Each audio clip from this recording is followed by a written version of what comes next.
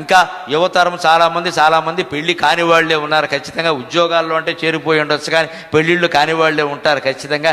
ఎటువంటి అమ్మాయిని ఎంచుకోవాలి, ఎటువంటి అబ్బాయిని ఎంచుకోవాలి, ఎంచుకునే ముందు కాస్త ఎలా ఆలోచించాలి. సాధారణంగా ఈ ప్రేమ వ్యవహారాల్లో పడుతూ ఉంటారు ఈ వయస్సులో. 20 ఏళ్ళు కదా, ఇక్కడే పడుంటారు. అనుభవజ్ఞులైన వాళ్ళు పాపం, లేని వాళ్ళు బయటికి వెళ్ళాకైనా పడతారు. సమయాన్ని సద్వినియోగం చేసుకోవాలి కదా. ఎలా ఆలోచించాలి ప్రేమ వ్యవహారాలంటే, ఇవాళ ప్రేమలేవి నమ్మదగినట్టుగా లేవు పరిస్థితి. దాని గురించే సరదాగా నేను పద్యం వల్ల కోరి తినొక్క భామను అది కోరదు నన్ను, కోరి తినొక్క భామను అది కోరదు నన్ను, మరెవడో మదిందురెను దానికి. కోరి తినొక్క భామను అది కోరదు నన్ను, మరెవడో మదిందురెను దానికి. ఆతడొక ధూర్తుడు వేరొక తన్వరించే, ఆతడొక ధూర్తుడు వేరొక తన్వరించే. నన్గోరుచునెచ్చుచున్నదొక కోమలి నాకది నచ్చదయ్యే, నన్గోరుచునెచ్చుచున్నదొక కోమలి నాకది నచ్చదయ్యే. ఛీ మారుని ధాటికిన్ పనికి మాలిన వారలమైతిమందరున్, మారుని ధాటికిన్ పనికి మాలిన వారలమైతిమందరున్. కాలేజీలో ఉన్నప్పుడైనా, బయటికి వెళ్ళాక ఉద్యోగాలు చేసేటప్పుడైనా ఈ వ్యవహారాలు ఎలా ఉంటాయో తెలుసా?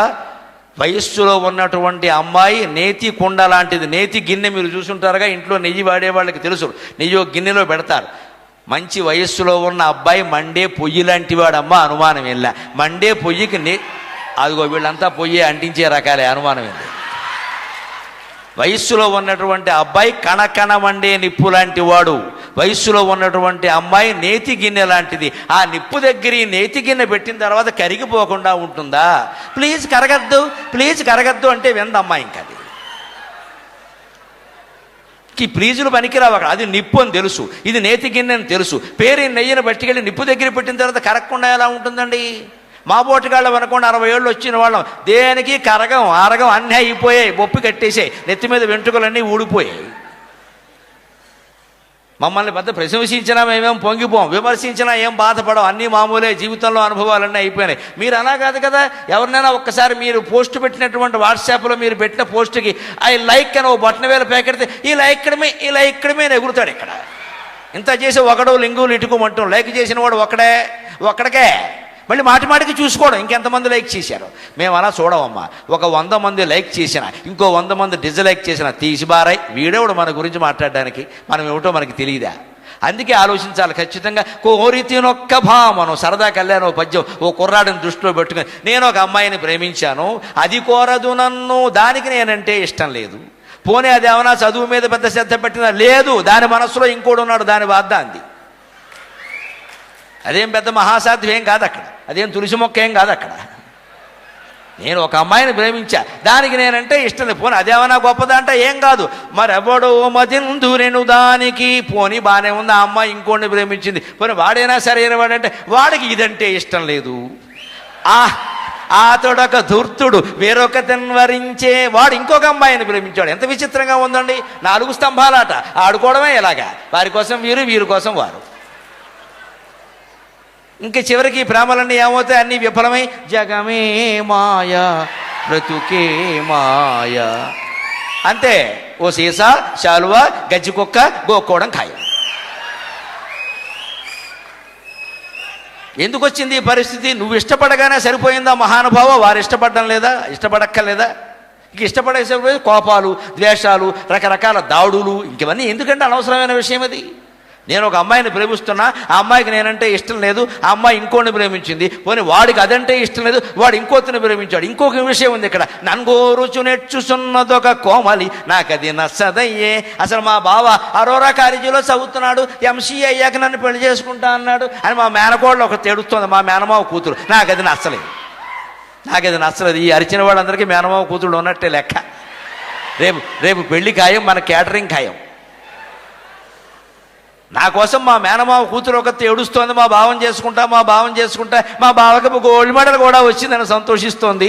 కానీ ఏమిటో నాకు అది నచ్చట్లేదు. ఎందుకంటే మేనమావ కూతురు నచ్చరు సాధారణంగా. చిన్నప్పటి నుంచి చూస్తూ ఉంటాం కదా, వాళ్ళతోనే ఆడుకున్నా వాళ్ళతోనే పాడుకున్నా వాళ్ళు నచ్చరు. కొత్త వాళ్ళు ఏదో గొప్పగా ఉన్నారని అనిపిస్తారు. ఇదండి పద్యం. ఖచ్చితంగా నేను ఒక అమ్మాయిని ప్రేమించా, ఆ అమ్మాయికి నేనంటే ఇష్టం లేదు, అది ఇంకోని ప్రేమించింది, వాడికి అదంటే ఇష్టం లేదు, అసలు నా కోసం ఒక ఏడుస్తోంది ఇక్కడ, అదంటే నాకు ఇష్టం లేదు. మొత్తం మీద మమ్మల్ని అందరినీ ఈ దిక్కుమాలిన ప్రేమల్లో ముంచేసిన వాడు ఉన్నాడే మన్మథుడు, వాడు మేమే పనికి మాలిన వాళ్ళం అంటే మాకంటే వాడు పనికి మాలిన వాడు అన్నాడు. ఖచ్చితంగా ఆ వయస్సులో పద్యాలన్నీ మాటలన్నీ అలాగే ఉంటాయండి. మన్మథుడు అంటే పని ఏమిటి? వయస్సులో ఉన్న ఆడపిల్లలకి మగపిల్లలకి లంకెలు పెట్టడమే పని, వ్యామోహాలు కలపడమే పని. ఇదివరకు వాడు ఉద్యానవనాల్లో ఉండేవాడు, ఇప్పుడు ఉమెన్స్ కాలేజీ గేటు దగ్గర ఉంటున్నాడు. ఇదివరకు వాడు సరోవర తీరాల్లో ఉండేవాడు, ఇప్పుడు సాఫ్ట్వేర్ సెంటర్లో ఉంటున్నాడు. వాడి పని ఎక్కడ జరిగితే అక్కడ ఉంటాడు వాడు. ఖచ్చితంగా ఇవాళ మన మీద దండయాత్ర చేస్తున్న యువతరం మీద సాధారణ శక్తులు కాదండి, సమాజంలో అన్నీ ఏకమై ఈ దేశంలో యువతరాన్ని పాడు చేస్తున్నాయి. నేను ఎందుకు కాలేజీల్లోనే ఎక్కువగా మాట్లాడతాను అంటే, ఈ దేశంలో 40% జనాభా మీరే. మీకు నమస్కారం. నిజంగా మీ మీద దేశ భవిష్యత్తు ఆధారపడు. అనేక రకాల చమత్కారాలు చెబుతున్నా హృదయం నిండా ఉన్నది బాధేనమ్మా. నా పిల్లలు సహా మీరు సహా దేశానికి ఉపయోగపడకపోతే, మీ జీవితాన్ని మీరే తీర్చిదిద్దుకోకపోతే, మీ గురించినటువంటి దుర్వార్త ఏదైనా మా చెవిని పడితే అంతకంటే గర్భశోకం ఇంకోటి ఉందా? 25 ఏళ్ళు పెంచాం, 30 ఏళ్ళు పెంచాం, పిల్లల గురించి వేరే ఏదైనా వార్త వస్తే వినగలమా? తల్లి కానీ తండ్రి కానీ ఎంత క్షోభం ఉంటుందండి. అందుకే నేను ఎంత ఆధ్యాత్మిక ప్రవచనకర్త అయినా, బోర్డు దేవాలయాల వాళ్ళు బ్రహ్మోత్సవాలకి వాటికి నన్ను పిలిచినా నేను కాలేజీలకి ప్రాధాన్యం ఇస్తా. ఈ దేశంలో యువతరం బాగుండాలి, వాళ్ళు సత్ప్రవర్తనతో ఉండాలి, దేశ గౌరవం నిలబెట్టాలి. కారణం ఇదే. ఎందుకంటే అనవసరపు వ్యామోహాల్లో పడిపోయి జీవితాన్ని పాడు చేసుకోవడం. ఎలాగూ పెళ్ళిళ్ళు అవుతాయండి, ఇందులో ఏం మన కోసం గంతకు తగ్గ బొంత అని ఓ అమ్మాయి ఓ అబ్బాయి సిద్ధంగానే ఉన్నారు. ఖచ్చితంగా ఇవాళ కాకపోతే రేపైనా తలుపు కొట్టి కాలింగి బెల్ల కొట్టి మన ఇంటికి వచ్చేస్తారు. ఎందుకంటే రాసిపెట్టిన వ్యవహారం అది ఎలాగూ తప్పదు. అది ప్రేమించి పెళ్లి చేసుకోవడం కంటే కూడా పెళ్లి చేసుకున్న వాళ్ళని జీవితాంతం ప్రేమించగలగడం చాలా గొప్ప విషయం. అది చాలా గొప్ప విషయం. చాలా ఆనందిస్తున్నా. ఇప్పుడు చప్పట్లు కొట్టినందుకు నేను చాలా ఆనందిస్తున్నా. మీరు మెచ్యూర్డ్, మీరు పరిపక్వత చెందారు. ఖచ్చితంగా 60 కాలేజీ స్థాయి ఏమిటో నాకు అర్థమైంది. జీవితంలో యువతరం అర్థం చేసుకోవలసింది ఏమిటి అంటే, ప్రేమించి పెళ్లి చేసుకోవడం కాదండి. ప్రేమించిన వాడిని పెళ్లి చేసుకోవడం పెద్ద గొప్ప ఏమిటమ్మా? చేసుకోక ఏం చేస్తావు? 3 ఏళ్ల బట్టి ప్రేమించుకుని మన ప్రాణాలు తీశారు, పేపర్ల నిండా కనిపించి నిన్న ఎక్కడో ముడెట్టుకున్నారు మద్రాసు వెళ్ళి సమంత చైతన్య. పెద్ద విషయం అది. ప్రేమించుకున్నా 3 ఇంత చేయాలా? దాని గురించి సినిమా యాక్టర్లు కాబట్టి ఫోటోలు తీశారు, పేపర్లో చూపించారు. నువ్వు నేను చేసుకుంటే ఎవడు చూపిస్తారు ఇక్కడ? అది పెద్ద విషయం కాదని. కానీ పూర్వం వాళ్ళని మీరు గమనించండి, మీ తల్లిదండ్రులను మీరు గమనించండి. వాళ్ళు పెద్దవాళ్ళు చెప్పిన సంబంధం చేసుకుని, ఇక్కడ మీ అధ్యాపకుల్లో కూడా ఉన్న ఆడవాళ్ళని మగవాళ్ళని పెద్దవాళ్ళని మీరు గమనించండి. తల్లిదండ్రులు ఎవరినో తీసుకొచ్చారు, పెళ్లి చూపులో చూపించారు, అమ్మాయి మంచివాడే, నేను అన్ని ఎంక్వైరీ చేశా, మనకు కావలసిన సంబంధం, ఏమి ఇబ్బంది లేదని చెప్పారు. వాళ్ళతో 20 ఏళ్ల బట్టి 30 ఏళ్ల బట్టి 40 ఏళ్ల బట్టి కాపరాలు చేస్తూ మీకు అందరికీ జన్మనిచ్చినటువంటి మీ తల్లిదండ్రుల జీవితాలు మీరు ఒక్కసారి గుర్తు చేసుకోండి. కాపరాలు ఎంత బాగుంటాయో అర్థం. ప్రేమించాక ఎవరినో పెళ్లి చేసుకోవడం కంటే ఎవరిని పెళ్లి చేసుకున్నామో వారిని సర్దుకోగలిగితే, ప్రేమించగలిగితే, జీవితాంతం అలాగే ఉండగలిగితే అది గొప్ప కాపురం అవుతుందండి. అది గొప్ప మనస్తత్వం. మీరు ఏ ఉద్యోగంలోనైనా స్థిరంగా ఉంటారు, ఎందుకంటే సంసారంలో స్థిరంగా ఉంటున్నారు కాబట్టి అది ఆలోచన చేయండి. ఇంకొక మాట నేను ప్రత్యేకించి చెప్పాలి. వేళ పత్రికల్లో ఈ మధ్య చూసి నేను చాలా కంగారు పడ్డాను, ఏమైపోతారు ఈ పిల్లలని. ఎందుకంటే ఎంతెంత సంపాదిస్తూ ఉన్నా ఏమీ దాచుకోవడం లేదండి. వేళ ఉద్యోగస్తులైన వాళ్ళు ఎంత సంపాదిస్తున్నారో మీకు తెలుసు. లక్షలు సంపాదిస్తున్నారు, దాచుకోవడం లేదండి. జల్సా జల్సా జల్సా ఖర్చు పెట్టిస్తున్నారు. రకరకాల వస్తువులు అవసరం లేకుండా కొంటున్నారు. అందుకని మీరు ఉద్యోగాల్లో చేరబోతున్న వాళ్ళు, కొత్తగా చేరిన వాళ్ళు కూడా ఒక్క నియమం గుర్తుపెట్టుకోండి. భారతీయ ఆర్థిక శాస్త్రానికి మూల పురుషుడు లాంటి వ్యక్తి ఎవరో తెలుసా? చాణక్యుడు. కౌటిల్యులు అంటారు, అర్థశాస్త్రం రచించిన మహానుభావుడు. ఆయన ఒక్క మాట అంటాడు, జీవితాంతం మనం గుర్తుపెట్టుకోవాలి. అజమేవ పరో ధర్మక ఇజమేవ విదగ్ధత ఇదమేవ పరం ఇదమేవకి పాండిత్యం యదాయాన్నాధికో వ్యయః. అజమేవ పరో ధర్మక, ఇంతకు మించిన ధర్మం లేదు. ఇయమేవ విదగ్ధత, ఇంతకు మించిన తెలివితేటలు లేవు. ఇదమేవకి పాండిత్యం, ఇంతకు మించినటువంటి పాండిత్యం కూడా లేదు. ఏమిటయ్యా అది అంటే, యదాయాన్నాధికో వ్యయః.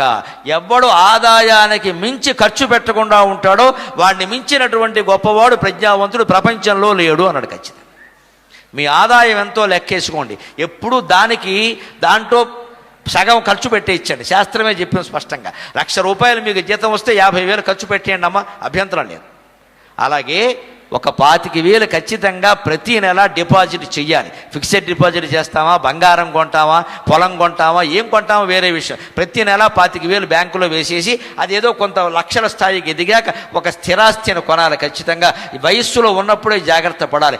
ఆదాయంలో సగం మనం ఖర్చు పెట్టుకుంటాం. 50,000 జీతం ఉంటే 25,000 భార్యాభర్త ఖర్చు పెట్టుకోవాలండి. హాయిగా విందులు, వినోదాలు, సినిమాలు, షికార్లు ఆ వయస్సులో చేయకపోతే ఎప్పుడు చేస్తారండి? మా వయసులో మోకాళ్ళు నొప్పులు వచ్చాక సాధ్యమా తిరగడం అనేది? వెళ్ళాలి, హాయిగా వెళ్ళాలి, అభ్యంతరం వెళ్ళా అలా వెళ్ళాలి. పైగా కొత్తగా ఉన్నవాడు, కొత్త యువకులు ఉన్నారు కాబట్టి చెబుతున్నా, మీకు పెళ్ళి అయిన వెంటనే ఒక్క మాట చేయండి అమ్మా, విహారయాత్రల కంటే కూడా తీర్థయాత్రలకి వెళ్ళండి, మనస్సు చాలా బాగుంటుంది. పెళ్ళి అవ్వగానే వెళ్ళవలసినవి తీర్థయాత్రలే.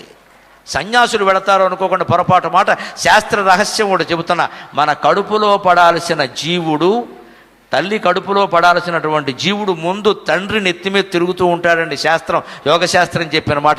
ఈ తండ్రి ఎక్కడ నీళ్లు తాగుతాడో ఆ నీళ్ల ద్వారా వాడు దోషిట్లో ప్రవేశిస్తాడు, తండ్రి గర్భంలో ప్రవేశిస్తాడు, తండ్రి ద్వారా తల్లి గర్భంలో ప్రవేశిస్తాడు. అందుకే పూర్వకాలం పెళ్ళైన జంటని కాశీ పంపించేవారు, రామేశ్వరం పంపించేవారు, పుణ్యక్షేత్రాలకు పంపించేవారు. ఆ తీర్థాల్లో స్నానం చేయమనేవారు. ఖచ్చితంగా అక్కడ స్నానం చేసిన వెంటనే వీళ్ళ కడుపులో పడవలసినటువంటి పవిత్ర జీవుడు ఆ పుణ్యక్షేత్రం కారణంగా ఆ దోషుడి నీళ్లలో ప్రవేశించి తండ్రిలో ప్రవేశించి తల్లిలో ప్రవేశిస్తాడు.